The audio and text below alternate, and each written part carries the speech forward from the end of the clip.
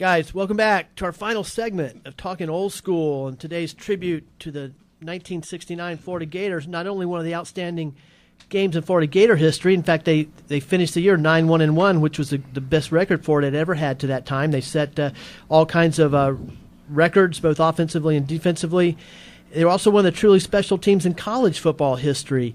They're known for their exciting, entertaining style of play, for big blowout victories, for huge upsets, and for dramatic come-from-behind victories, and we've been talking all about that today.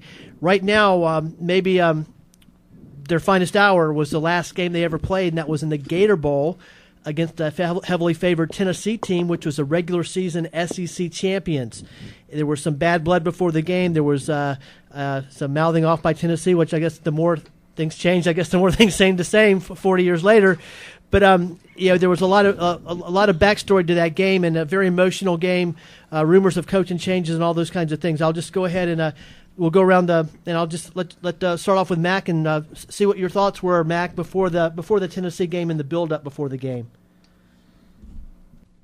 Well, back in those days, as I recall, there were really only 4 major bowls, and then the Gator Bowl was like the number 5 bowl. And today we've got 38 bowls, or I don't know how many bowls there are, but as seniors, we'd never even been considered for a bowl game at the end of the year, and so this was pretty cool stuff for us. And we were going to play Tennessee. We just missed winning the SEC by a whisker.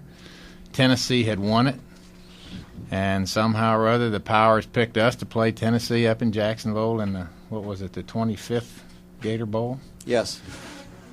So we were excited. The coaches came, and this game was going to be December 27th, 2 days after Christmas.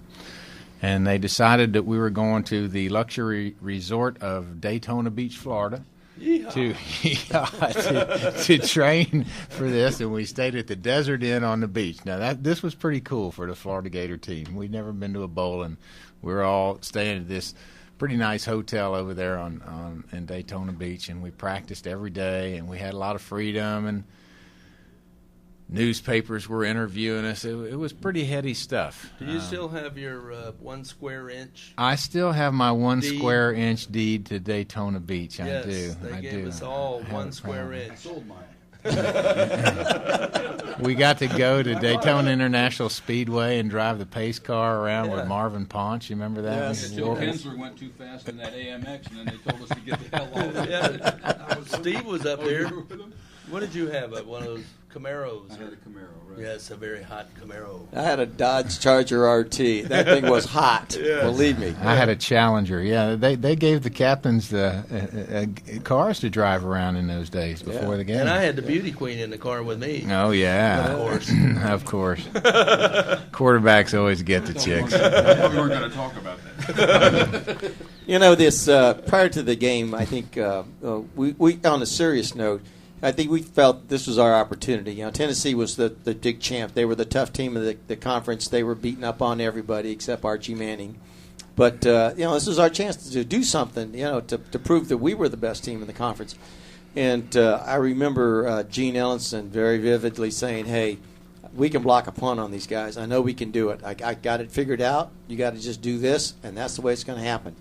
And, we were believers in Gino. Gino, if Gino said something, we believed it, and we do it. And I'll never forget him telling us that. But I also want to say one thing: Ray Graves in all the bowl games that he had, he only lost 1 out of all of the ones. So he was a good coach during the bowl games. That's for sure. One other thing prior to the game, and when we get heavily into the game in just a moment. Rumors broke out, prior to the game that there was going to be a coaching change at Florida, and Coach Graves was going to step down, and Tennessee coach Doug Dickey was going to take over the Gators, and he had a history. He's a former Gator himself, player. And those rumors were denied pretty much by everybody all the way around. What were your guys' thoughts on that? Did you guys put any stock in that? Did you think, oh my God, this is a problem, or did you think, this is rumors? Can you share your thoughts on the pregame rumors of coaching changes? I'd love to, Roger.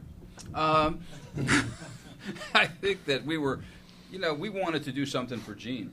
for Gene Ellison, who was a defensive coach, and we thought, we knew Ray was going to step aside, and we thought that he should be the successor. And so when we started hearing rumors about Doug Dickey, we kind of got our back up a little bit, and we wanted to beat Tennessee anyway. And then we said, and on top of that, they're the SEC champs, and then we don't like Kiner and we don't like Hacksaw Reynolds, and we want to beat them. And now we hear that their coach may be this coach, and so if we win, maybe that'll we were idiots to think that anything that we would do would have some kind of effect on this coaching decision. But that was extra incentive for us to win, and hopefully that if we did, then that would prove that Gene deserved to be the coach. And it didn't. We did it. We did all we could do for him, and everybody was happy at the end. And a few of us probably thought, hey, maybe he's got a chance now, but we were proved wrong. One more thing, Mac, would you like to weigh on that? Yeah, coming into it, we were given every indication that Coach Ellison had the inside track and that he most likely would be the next head coach. But there was something that wasn't being said, so we were all a little bit uneasy about this. And as it turned out after the game, I know you want to get into the meat of the game, but this was drama surrounding it on all different levels. Apparently, Coach Graves and Stephen O'Connell, the president of the university, had reached an agreement the summer before. We're talking about the summer of '69, before this season even started, that it was going to be raised last season, and he was going to go and step up just to be the athletic director and not the head coach. And Doug Dickey had been approached and had tentatively given his approval to become the next head coach of the University of Florida. So who in their wildest dreams would have thought that this combination of clandestine meetings and agreements and events would lead up to the Gator Bowl and the drama that surrounded it. So going into it, we really felt like we had a chance to put Coach Ellison in the driver's seat. I received a letter from Coach Pankos the other day, and he again was the architect for the amazing offense that we had that year, and his most vivid recollection of that season was driving back into Gainesville after that game, thinking that maybe he still had a job under Gene Ellison, and there was a marquee coming in saying, "Welcome, new head coach Doug Dickey," and that's how Fred Pankos found out that he didn't have a job anymore, and that the regime was going to change. So it was big time for Florida football for that to change. Everybody knows about